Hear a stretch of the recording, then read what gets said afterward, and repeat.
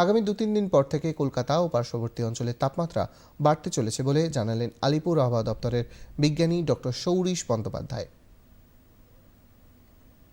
দক্ষিণবঙ্গ উত্তরবঙ্গ দু জায়গাতেই আগামী 5 দিন শুষ্ক পরিষ্কার ওয়েদার থাকবে। তাপমাত্রা আগামী 2 দিনে খুব একটা পরিবর্তন থাকবে না। তারপর পরবর্তী 3-4 দিনে 2 থেকে 3 ডিগ্রি মতো তাপমাত্রা বাড়ার সম্ভাবনা থাকবে। কলকাতা পার্শ্ববর্তী অঞ্চলের জন্য আগামী 2 দিন দিনের সর্বোচ্চ তাপমাত্রা 30 ডিগ্রির কাছাকাছি, সর্বনিম্ন তাপমাত্রা 18 ডিগ্রির কাছাকাছি থাকার সম্ভাবনা থাকছে। তারপর পরবর্তী 3-4 দিনে কিছুটা বেড়ে তাপমাত্রা কলকাতা পার্শ্ববর্তী অঞ্চলের জন্য দিনের সর্বোচ্চ তাপমাত্রা 31 থেকে 32 ডিগ্রির কাছাকাছি পৌঁছে যাওয়ার সম্ভাবনা থাকবে এবং সর্বনিম্ন তাপমাত্রা 20 থেকে 21 ডিগ্রির কাছাকাছি পৌঁছে যাওয়ার সম্ভাবনা রয়েছে।